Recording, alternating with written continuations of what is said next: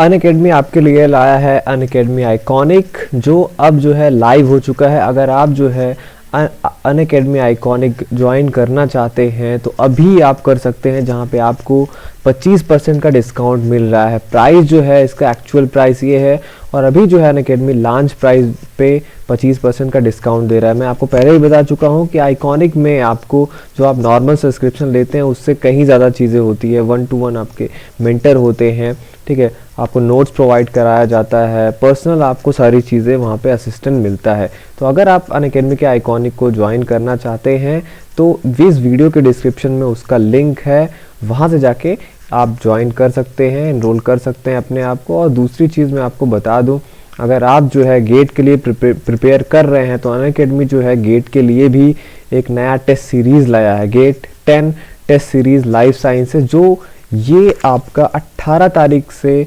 10 बजे से स्टार्ट हो चुका है। और इसको लीड कर रहे हैं अनअकैडमी के टॉप एजुकेटर्स चंद्रशेखर चपराला, ठीक है। अगर आप इस कोर्स में अनअकैडमी के इंटरेस्टेड हैं तो इसका भी लिंक आपको वीडियो के डिस्क्रिप्शन में मिल जाएगा, आप ये जो है ज्वाइन कर सकते हैं। और सबसे अच्छी न्यूज़ है आपके लिए कि अनअकैडमी जो है फ्री रिवीजन क्लासेस जो है अरेंज कर रहा है, जहाँ पे पूरा जो है आपका 18 तारीख से लेके 31 जनवरी तक, ठीक है, सारे एमएससी लर्नर्स के लिए है। इंडिया के टॉप एजुकेटर्स जो हैं सारे अनअकैडमी के, वो आपको ये जो गेट 2020 वाला है इसके लिए फ्री रिवीजन क्लासेस लेने वाले हैं।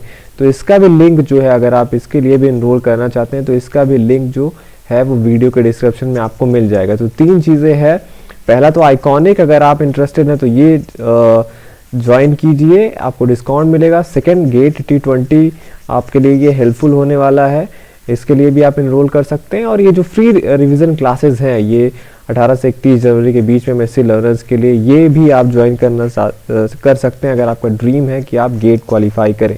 सारे का लिंक जो है इस वीडियो के डिस्क्रिप्शन में आपको मिल जाएगा। और जहाँ भी एनरोल करते समय, सब्सक्रिप्शन लेते समय अगर आपसे रेफरल कोड मांगता है तो मेरा रेफरल कोड मेरे चैनल का बॉटनी 10 वहाँ पे यूज़ करना मत भूलिएगा, आपको 10% का डिस्काउंट मिलेगा।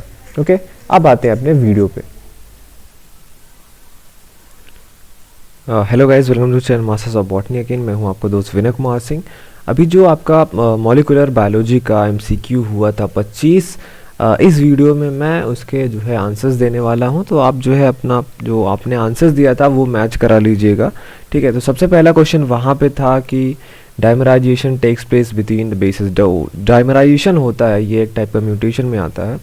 डायमराइजेशन वहाँ पे आप पढ़ेंगे बेसिस के बीच में हो जाता है। तो वो पूछा गया था आपसे कि ये जो डायमराइजेशन होता है किसके बीच में होता है। तो आप जब म्यूटेशन पढ़ेंगे तो वहाँ पे आप देखेंगे थायमीन जो होता है, ये जो बेस है इनके बीच में डायमराइजेशन होता है। तो डायमराइजेशन कोई पूछे आपसे तो आप क्या बोलेंगे, थायमीन है, थायमीन। सेकेंड पे आते हैं, whether two mutations are located in the same functional unit or a different functional unit is confirmed by। देखिए, एक होता है कॉम्प्लीमेंटेशन टेस्ट। कॉम्प्लीमेंटेशन टेस्ट में जैसे कि एक जो जैसे एलील या आप कह लीजिए जो फंक्शनल यूनिट है, अगर वहाँ पे म्यूटेशन हुआ है तो जो हम दूसरा सेट डालते हैं उसके साथ सेम फंक्शनल यूनिट पे अगर म्यूटेशन हुआ रहता है तो वो जाके वहाँ पे कॉम्प्लीमेंट करेगा नहीं। दोनों जगह पे म्यूटेशन है, वो चीज़ें वहाँ पे एक्सप्रेस होती नहीं है। लेकिन अगर हम वाइल्ड टाइप वाला वो जो फंक्शनल यूनिट है जहाँ पे म्यूटेशन हुआ है, उसी जीन का हम वाइल्ड टाइप वाला भी उसके साथ डालते हैं, अगर वो एक्सप्रेस करता है तो इसका मतलब है कि वहाँ पे उसी जो जीन है उसी में म्यूटेशन हुआ है। तो ये थोड़ा सा कॉम्प्लेक्स भी हो सकता है, मतलब ये जो मैं बता रहा हूँ आपसे कॉम्प्लीमेंटेशन टेस्ट जो होगा आप पढ़ेंगे बहुत टाइप का होता है। लेकिन ये जो होता है कंफर्म करने का कि म्यूटेशन सेम फंक्शनल यूनिट पे है या डिफरेंट फंक्शनल यूनिट में, इसका आंसर क्या होगा, कॉम्प्लीमेंटेशन टेस्ट। थर्ड पे चलते हैं, आपसे पूछा गया था ट्रांसवर्जन क्या है। ट्रांसवर्जन और ट्रांजिशन दो चीज़ें होती है। ट्रांजिशन आता है जब आप समझिए जब सेम जैसे प्यूरिन के बीच में प्यूरिन के बीच में अगर चेंजेस आते हैं तो उन्हें ट्रांजिशन कहते हैं। आप समझिए, इससे आप इससे याद रख सकते हैं कि प्यूरिन एक ग्रुप हुआ, पिरिमिडिन एक ग्रुप हुआ। अगर प्यूरिन के ग्रुप में आपस में हो रहा है तो ट्रांजिशन है, transition with in the group होता है, ठीक। और जो ट्रांसवर्जन होता है बिटवीन द ग्रुप होगा। तो प्यूरिन प्यूरिन के बीच में अगर चेंजेस होते हैं बेस में तो वो कहलाएगा आपका ट्रांजिशन। अगर प्यूरिन और पिरिमिडीन के बीच में अगर ये चेंजेस होता है, बेस चेंज होता है, तो वो ट्रांसवर्जन कहलाता है। ठीक, तो यहाँ पे आप देखेंगे ऑड वन को आपको आउट करना था, तो आप देखेंगे कि यहाँ पे एडेनिन जो है एक प्यूरिन है लेकिन थायमिन एक पिरिमिडीन है, तो यही इसका ट्रांसवर्जन का एग्जांपल है। फोर्थ पे आते हैं, आपसे पूछा गया था कि लाइसोजेनी में C3 प्रोटीन है वो क्या करता है। तो C3 प्रोटीन का फंक्शन क्या है, ये C2 जो प्रोटीन है उसको प्रोटेक्ट करता है, वो होस्ट एंजाइम जो हेला प्रोटीज होता है उससे ये डिग्रेडेशन होने से इसको बचाता है। ठीक, फिफ्थ पे आते हैं, the operon concept hypothesis was given by. Operon जो कॉन्सेप्ट है, ये जो हाइपोथेसिस दिया गया था ई कोलाई में, किसके द्वारा दिया गया था, तो इसका करेक्ट आंसर है जैकब एंड मोनॉड। नेक्स्ट पे चलते हैं, पूछा गया था आपसे 16S राइबोसोमल आरएनए, जिसे आप 16S आरएनए भी कहते हैं, ये किसका कंपोनेंट होता है, कौन से सब यूनिट में पाया जाता है। तो ये जो 16S आरएनए है ये आपका 30th स्मॉल सब यूनिट में पाया जाता है। नेक्स्ट पे चलते हैं, क्वेश्चन नंबर 7 पे आपसे पूछा गया था कि कौन कौन से कोडॉन हैं जो पॉलीपेप्टाइड चेन के टर्मिनेशन के लिए रिस्पॉन्सिबल होते हैं। तो UAA, UAG एंड UGA जो आपकी ये कोडॉन्स हैं, इन्हें हम टर्मिनेटिंग कोडॉन्स भी बोलते हैं। अगर ये कहीं पे आ जाते हैं मैसेंजर आरएनए में, तो जो आपका पॉलीपेप्टाइड चेन इलॉन्गेशन होता है वो रुक जाता है और ओवरऑल आपका वो टर्मिनेट हो जाता है चेन का elongation. Next question number 8, in split gene the coding sequence is called. Split gene का मतलब क्या था, वो आप ये भी एक समझ लीजिए थ्योरी थी पहले कि जो हमारा डीएनए होता है उसमें कुछ पार्ट कोड करते हैं, कुछ पार्ट नहीं कोड करते हैं।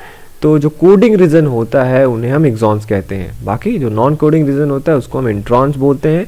इंट्रॉन जो होता है उस स्प्लाइस आउट हो जाते हैं, ठीक है, मैसेंजर आरएनए के प्रोसेसिंग में। तो एक्सॉन को जोड़ के आपका last final mature messenger RNA बनता है, जिससे फिर प्रोटीन बना लिया जाता है।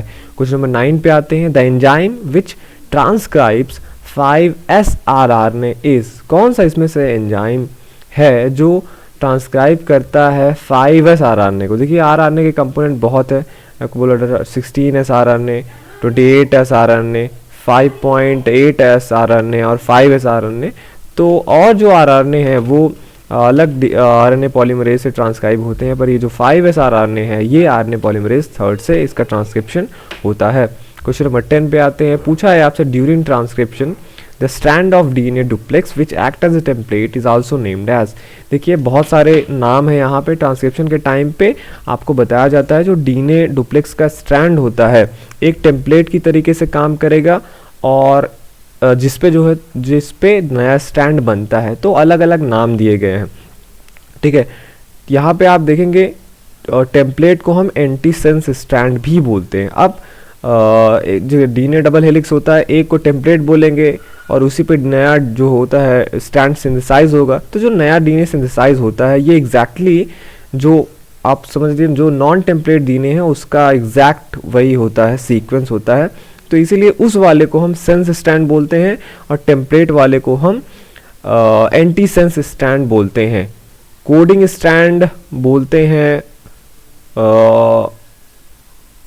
नेक्स्ट वाले स्टैंड को, उसको पॉजिटिव स्टैंड भी बोला जाता है। तो जो टेम्पलेट के तरीके से नहीं काम करता उसके यहाँ पे आपको 3 नाम मिलेंगे, इसको भी आप याद रखिएगा। सेंस स्टैंड, कोडिंग स्टैंड और पॉजिटिव स्टैंड बोलते हैं अदर स्टैंड को। ठीक, और जो टेम्पलेट की तरीके से काम करता है उसको हम क्या बोलते हैं, negative stand, anti sense stand and non coding stand. Question number 11 पे आते हैं, आपसे पूछा गया था ओकाजाकी फ्रैगमेंट जो है शॉर्ट डीएनए फ्रैगमेंट्स वो किस डायरेक्शन में सिंथेसाइज होते हैं। तो आप हमेशा से याद रखिएगा डीएनए का सिंथेसिस जो होता है हमेशा 5 प्राइम टू 3 प्राइम डायरेक्शन में होता है, चाहे वो लीडिंग स्टैंड हो चाहे वो लैगिंग स्टैंड हो। ओके, क्वेश्चन नंबर 12 पे आते हैं, इसका आंसर देखते हैं। Characteristic feature of an enzyme which induce a nick or cut on only one of the DNA strand during replication and does not require ATP to workase। देखिए DNA टोपोआइसोमरेजेस जो होते हैं उनको एटीपी की ज़रूरत नहीं पड़ती है स्ट्रैंड निक करने के लिए, और ये रेप्लिकेशन के टाइम पे काम आते हैं। 2 टाइप का होता है DNA topoisomerase, type 1 and type 2। इसमें से जो टाइप 1 है, अब ये बहुत ईजी है याद रखना, जो फर्स्ट लिखा है वो केवल सिंगल स्ट्रैंड कट करता है, जो सेकंड लिखा है दो का मतलब वो डबल स्टैंड कट करेगा, तो आप हमेशा से इसको याद रखिएगा। तो जो सिंगल स्टैंड निक कॉज करता है वो क्या है आपका डीएनए टोपोआइसोमरेज। क्वेश्चन नंबर 13 पे चलते हैं, देखते हैं satellite DNA is made up of.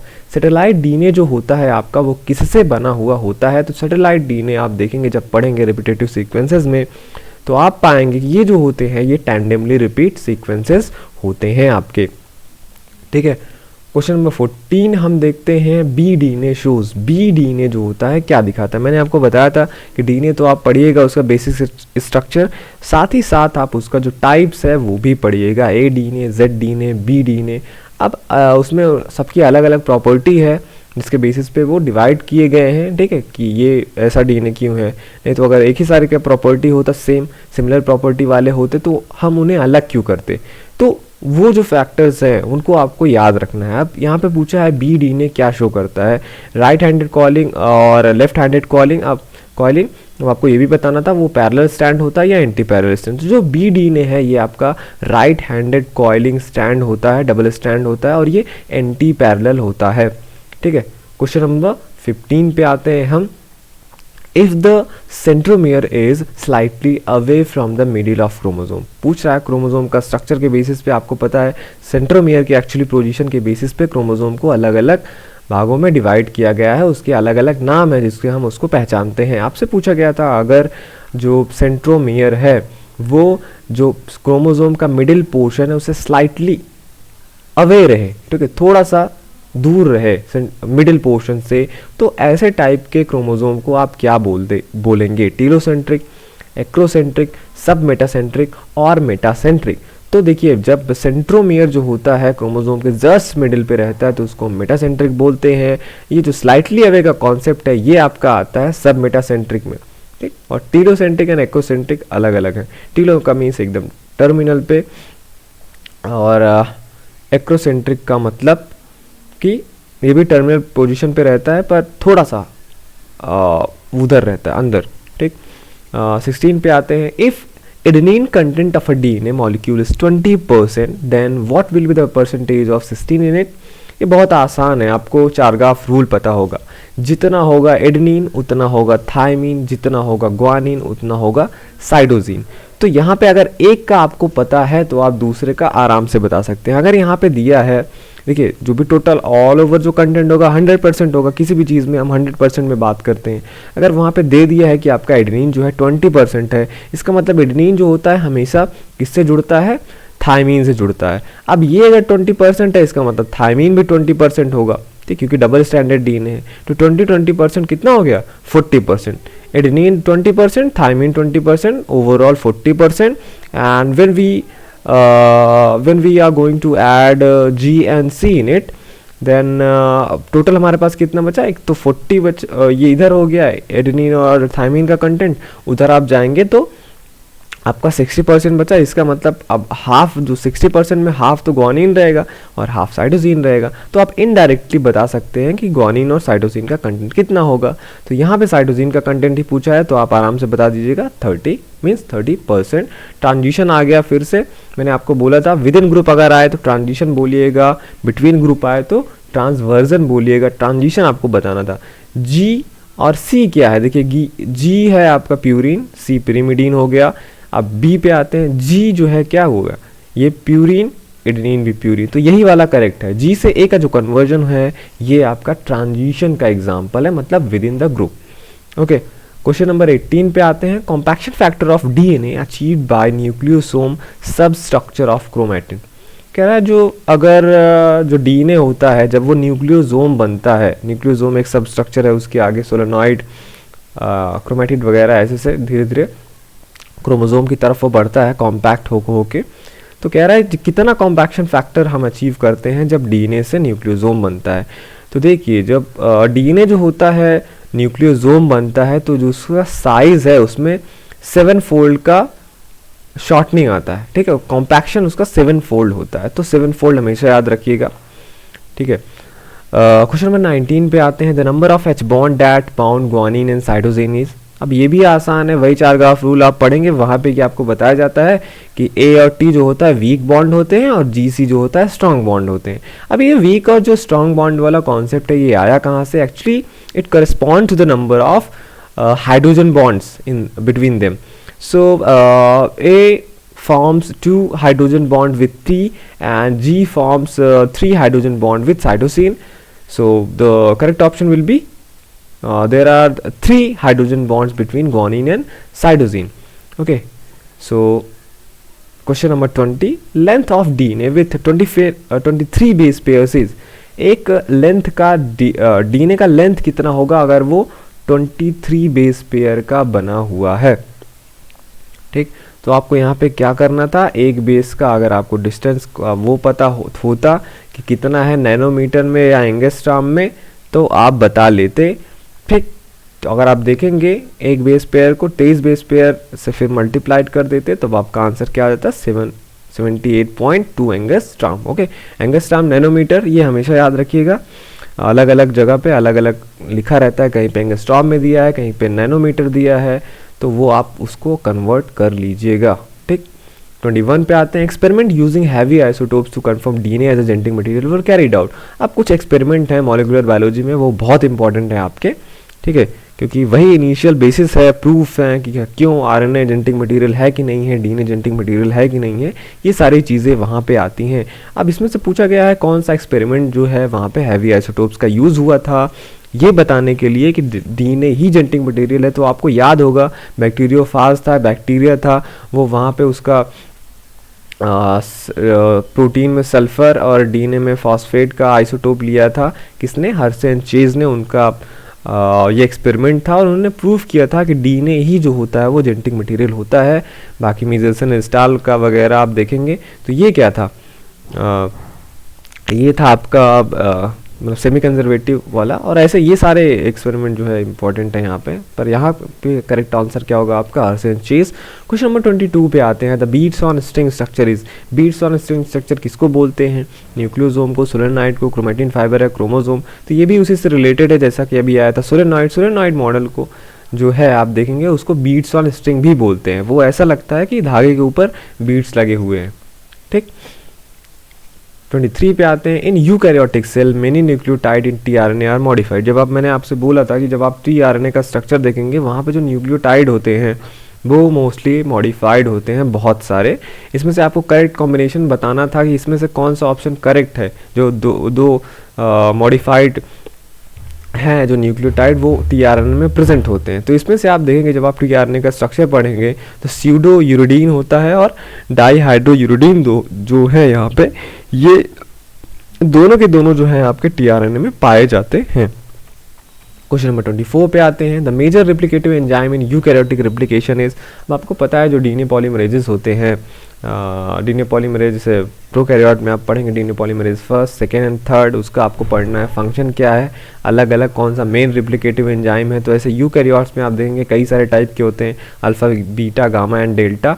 तो मेन जो यूकैरियोटिक रिप्लिकेटिव एंजाइम है वो आपका कौन सा है, डेल्टा है यूकैरियोट्स में। क्वेश्चन नंबर 25 पे आते हैं, which one is correct sequence of structural genes in lac operon of E coli. यहाँ पे आपको मैंने बताया था जब आप लैक ओपेरॉन पढ़ते हैं, ऑपरेटर, प्रमोटर, वहाँ पे स्ट्रक्चरल जीन्स होते हैं। ऐसा नहीं है कि वो जीन उल्टे पुल्टे से रहते हैं, उनका एक ऑर्डर होता है, तो वही आपको ऑर्डर बताना था क्या होता है, lac ZAY, lac YAZ, YZA और ZYA। तो आप देखेंगे जो स्ट्रक्चरल जीन होते हैं लैक ओपेरॉन में उनका सीक्वेंस क्या है, ZYA। ओके, तो आप इसको हमेशा याद रखिएगा। तो ये था आपका 25 जो है आंसर्स जो आपने अभी दिया था। होप कि आपके बहुत सारे ऑप्शंस जो हो गए हैं करेक्ट होंगे। अगर आप एवरेज है तो उसको आप इम्प्रूव कीजिए, बहुत अच्छे हैं तो बहुत अच्छा है और इसको सॉलिड कीजिए और सारे एमसीक्यू से। अगर आपका स्कोर कम आ रहा है तो इसका मतलब सीधा सीधा है कि आपका अभी जो थ्योरी पोर्शन है इसका वो स्ट्रांग नहीं है। तो आपको क्या करने की ज़रूरत है, आपको रिवीजन करने की ज़रूरत है। रिवीजन इज़ एवरीथिंग, ओके, क्योंकि एग्ज़ाम जो है आने वाले हैं, तो आप अच्छे से प्रिपेयर कीजिए। मिलते हैं नेक्स्ट वीडियो में जहाँ पे मैं आपको लेके आऊँगा। वहाँ पे नेक्स्ट जो है मैं आपको अभी से बता दूँ जेनेटिक्स पे होगा, ठीक, वही सारी चीज़ें, Mendel, multiple relation, polygenic inheritance वगैरह सब सारी कहानियाँ उसमें होंगी। आप देखते हैं उसमें आप कितना जो है क्वेश्चन सही कर पाते हैं। तो उस वीडियो में मैं आपसे मिलता हूँ, चलता हूँ, मैं मिलूँगा आपसे उसी वीडियो में। Thank you for watching this video.